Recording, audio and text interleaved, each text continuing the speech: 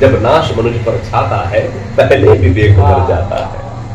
हरि ने भीषण हुंकार किया, अपना स्वरूप विस्तार किया। डगमग दिग्गज डोले, भगवान कुपित होकर बोले, जंजीर बढ़ाकर साध मुझे। हाँ दुर्योधन बात मुझे को कविता सुनानी चाहिए आजकल, और हर युवा को सुनना चाहिए। और सुनना, अब मैं चूंकि इसको मैंने जिस हिसाब से लिखा था कि मैं थोड़ा सा भीतर बुरा फील कर रहा था, फिर एक समय पे दिमाग में आया कि भाई रोने से कुछ होता है क्या, और जो ये रोने से कुछ होता है क्या, ये कविता बन गई पूरी। तो मैं चाहता हूँ कपिल जी की मैं आपके सामने सुनाऊँ, और मुझे बड़ा अच्छा लगता है आपका साथ। सच कहूँ तो आपका जो एक सच्चा हृदय है वो मुझे बड़ा, और चलिए मैं कविता सुनाता हूँ। खैर कि मिलना था जो नहीं मिला। जीवन में कई बार ऐसा होता है कि हम जो सोच के रखते हैं वो फिर नहीं मिलता। मिलना था जो नहीं मिला, जो चलना था नहीं चला। माना सपने चूर हो गए, तुम मिटने को मजबूर हो गए। लेकिन इस हार को जीवन भर जो भी हुआ, लेकिन इस हार को जीवन भर ढोने से कुछ होता है क्या? अरे नहीं हुआ तो हो जाएगा। रोने से कुछ होता है क्या? रोने से कुछ होता है? नाम एक गिनवाओ मुझको, आसानी से मिला हो जिसमें। मैं आपका चैनल हमारा प्रिय भारत में, जैसे आपने कब से शुरुआत की, कितने सालों में कपिल जी? 2019 में आपने शुरू किया था। और आपके चैनल पे एक चीज मुझे खास लगी। मैं ऐसा नहीं कि मैं कैमरा लगाया इसलिए बोल रहा हूँ, मैं बल्कि इसलिए कहना चाहता हूँ कि आप लोग भी जाने कि जब वो चैनल शुरुआत हुआ था, तब से मैं कपिल जी के साथ में हूँ। और आपने जो उसमें आप बच्चों की मदद करते रहते हैं, वो सब सच कहूँ ना तो आप करते हैं, और औरों को भी प्रेरणा मिलती है। अच्छा लगता है कि हम भी ऐसा करें, इससे प्रोत्साहन मिलता है, और ये भी उसका एक सदुपयोग है। नहीं, लोग मुझे ये भी कहते हैं कि आप दिखावा क्यों करते हो इतना, लेकिन कई लोग ऐसे भी हैं कि उसको देख देख के छोटा छोटा करते हैं। अब आप जैसे अगर मैं ऐसी बात करेंगे तो फिर जैसे मोदी जी हैं, मोदी जी हर चीज की पहल करते हैं ना। हाँ। वो करते हुए क्या वो रोज उनको समय नहीं मिल पाता, उनका एक पूरा देश संभालना है, तो बहुत सारी जिम्मेदारियां होती हैं। लेकिन वो जब ये दिखाते प्रेरित करते हैं कि मैं कर रहा हूँ, आपको करना चाहिए, क्योंकि उनके पास बहुत सारे काम है, लेकिन वो किए ना, वो हमें दिखाना चाहते हैं कि आप लोग भी प्रेरित करो। जब अपना राजा, जब हम कुछ आगे बढ़ के पहल करते हैं, तो जो उनके पीछे रहते हैं, जो सुनते हैं आपको, उनको एक मोटिवेशन मिलता है। अब उसमें कोई कुछ भी सोचे, अब क्या ही कहा जाए। खैर तो सबके अपने अपने भाव है। तो वो तो खैर सबका अपना भाव है, लेकिन जो अच्छा है तो सब अच्छा ही कहेंगे, कोई वो नहीं। तो मैं इसलिए कह रहा था कि कितना संघर्ष करना पड़ता है। नाम एक गिनवाओ मुझको, आसानी से मिला हो जिसको। क्या बात है। नाम एक गिनवाओ मुझको, आसानी से मिला हो जिसको। जीत का अपना ढंग रहा है, उसके अपना क्लास है। जीत का अपना ढंग रहा है, पथ मुश्किल के संग रहा है। वो तो मुश्किल ही होती है। नाम एक गिनवाओ मुझको, आसानी से मिला हो जिसको। जीत का अपना ढंग रहा है, पथ मुश्किल के संग रहा है। अब है मुश्किल तो है मुश्किल। अब जीतने के लिए हम अगर आगे बढ़ रहे हैं तो संघर्ष तो करना पड़ेगा। अगर हमारा उद्देश्य अच्छा है, अगर हमारे विचार अच्छे हैं, अगर हमारा किसी काम के प्रति उसका जो विचार है, कोई एक सद्विचार है, तो उसके लिए जो संघर्ष आए तो वो तो करना अच्छा ही होता है। उसमें हार जीत तो कुछ फर्क ही नहीं पड़ता। तो नाम एक गिनवाओ मुझको, आसानी से मिला हो जिसको। जीत का अपना ढंग रहा है, पथ मुश्किल के संग रहा है। अब है मुश्किल तो है मुश्किल, अब है मुश्किल तो है मुश्किल। यूं डरने से कुछ होता है क्या? क्या बात है। अरे नहीं हुआ तो हो जाएगा। रोने से कुछ होता है क्या? दुनिया तुमको क्या बोलेगी, दुनिया तुमको क्या बोलेगी? जो बोलेगी वो बोलेगी। तुमको तो राह पता है ना, हार जीत हर पल है ना। तुम जो हो तुमको मालूम है, तुम जो हो तुमको मालूम है। कहने से कुछ होता है क्या? अरे नहीं हुआ तो हो जाएगा। रोने से कुछ होता है क्या? पानी बरसा बीज लगाया, किसान की बात है कि पानी बरसा बीज लगाया, फिर एक दिन ऐसा भी आया, सूख गया जो कुछ बोया था। कितने दिन वो ना सोया था, फिर भी खेत न बंजर छोड़े।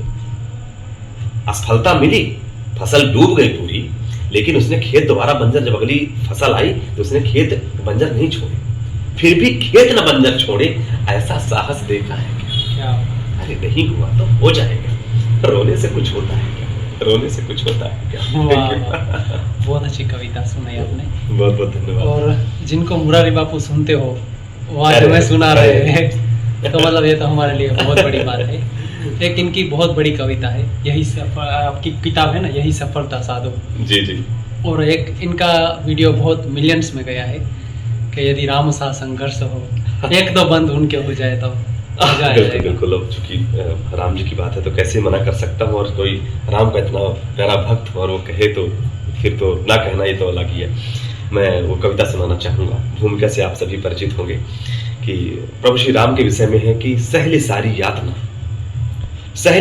यातना पर कर्तव्य सर्वोपरि रखा, सहली सारी यातना पर कर्तव्य सर्वोपरि रखा, त्यागशील संकल्प को जिस तरह जीवित रखा, बोलो कहां तक टिक सकोगे यदि राम सा संघर्ष हो।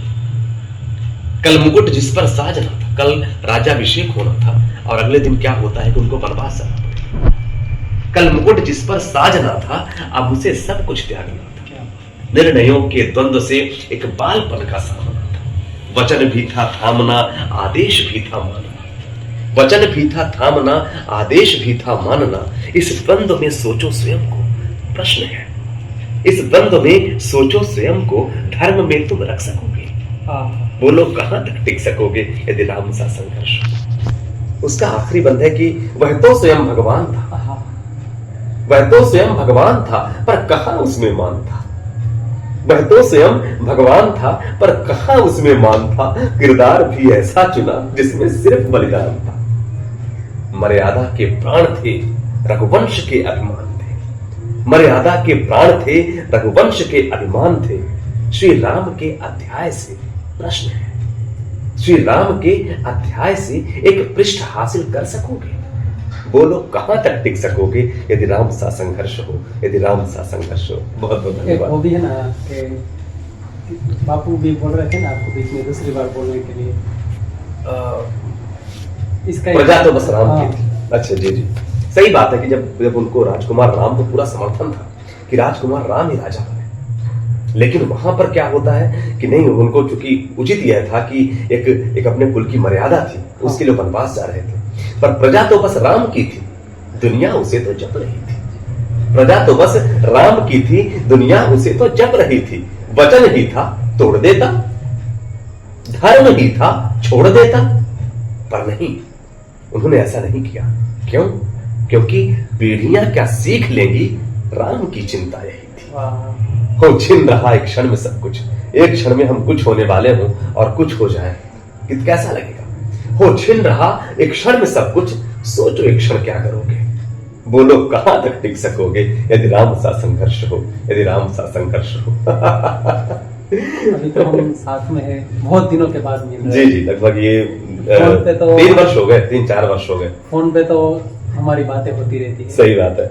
और जिनसे जाने गए रस्म होती वो कहे बगैर तो जाना मतलब। एक बापू को जो पसंद है ना, हाँ, थोड़ा सा सुनाता हूं मैं आपको। महाकवि दिनकर जी की रचना है, सूर्यकांत रामधारी सिंह दिनकर जी की रचना है, बड़ी सुंदर। कि जब भगवान श्री कृष्ण शांति संदेश लेकर के पांडवों की ओर से जाते हैं, तो वहां पर वो कहते हैं कि राज्य आधा आधा कर लो।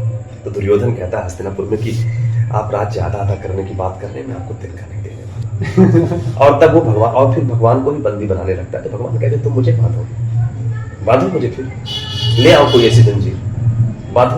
तो उसी को महाकवि दिनकर जी ने, रामधारी सिंह दिनकर जी ने बड़ी सुंदर पंक्तियों में पृथ्वी सर्ग में कहा है।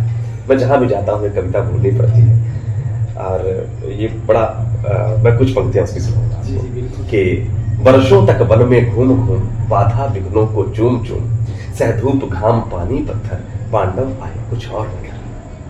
सौभाग्य न सब दिन सोता है, देखें आगे क्या होता है। मैत्री की राह बताने को, सबको सुमार्ग पर लाने को, दुर्योधन को समझाने को, भीषण विध्वंस बचाने को, भगवान हस्तिनापुर आए, पांडव का संदेश आए। तो न्याय अगर तो आधा दो, न्याय अगर तो आधा दो, पर इसमें यदि बाधा हो तो दे दो केवल 5 ग्राम, रखो अपनी धरती तमाम, हम वही खुशी से खाएंगे, परिजन पर असीना उठाएंगे। पर दुर्योधन यह भी दे न सका, आशीष समाज की ले न सका, उलटे हरि को बांधने चला, जो था असाध साधने चला। जब नाश मनुष्य पर छाता है, पहले विवेक मर जाता है।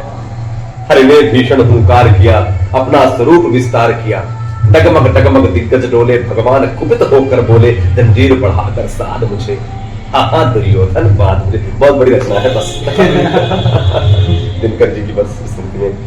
अच्छा लगा आज मिलकर। काफी समय ले लिया इनका। अरे नहीं, मुझे बहुत अच्छा लगता है कपिल जी, जब भी आपके साथ मुलाकात होती है। आपसे लगभग 2-3 बार मुलाकात हुई है, लेकिन एक अलग ही आनंद आता है। और बाकी तो फोन से जुड़े रहते तो अच्छी बात है।